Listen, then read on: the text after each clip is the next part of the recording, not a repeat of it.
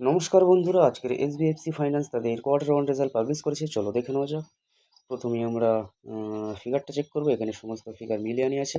এটাকে আমরা কোটিতে কনভার্ট করে বলবো। এরপরে আমরা সিকোয়েন্স চেক করব। 30শে জুন 2025, 30শে June 2026 okay. Year on year 31শে মার্চ 2026, 30শে June 2026 okay. Quarter on quarter. চলো এবার আমরা কোম্পানির টোটাল ইনকামটা দেখে নিই।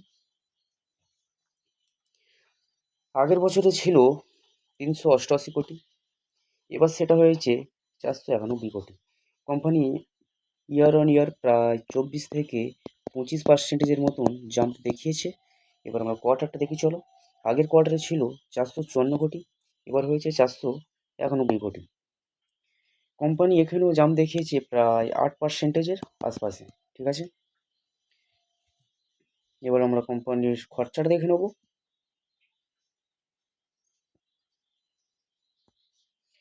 আগের বছরে ছিল 252 কোটি, এবার হয়েছে সেটা 317 কোটি। ঠিক আছে, আগের কোয়ার্টারে ছিল 290 কোটি, এবার হয়েছে 317 কোটি।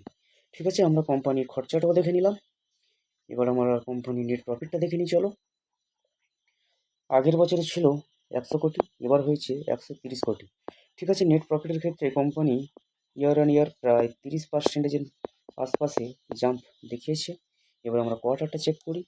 আগের কোয়ার্টারে ছিল 122 কোটি, এবার হয়েছে 130 কোটি। এখানে কোম্পানি জাম্প দেখিয়েছে বলা যায় প্রায় 6%-এর আশপাশে। ঠিক আছে, চলো এবার আমরা কোম্পানির ইপিএসটা চেক করি। আগের বছরে ছিল 93 পয়সা, এবার সেটা হয়েছে 1 টাকা 18 পয়সা। আগের কোয়ার্টারে ছিল 1 টাকা 12 পয়সা, এবার হয়েছে 1 টাকা 18 পয়সা। ঠিক আছে, আমরা এসবিএফসি ফাইন্যান্সের মোটামুটি একটা ওভারভিউ করে নিলাম। কোম্পানি মোটামুটি ভালোই রেজাল্ট নিয়ে এসছে। তবে দেখা যাক মার্কেট এই শেয়ারটির প্রতি কেমন কী রিয়াকশান দেখায়। যদি ভিডিওটি ভালো লাগে তাহলে অবশ্যই লাইক করবেন এবং আরও আপডেট পেতে আমাদের সাথে থাকবেন। ধন্যবাদ।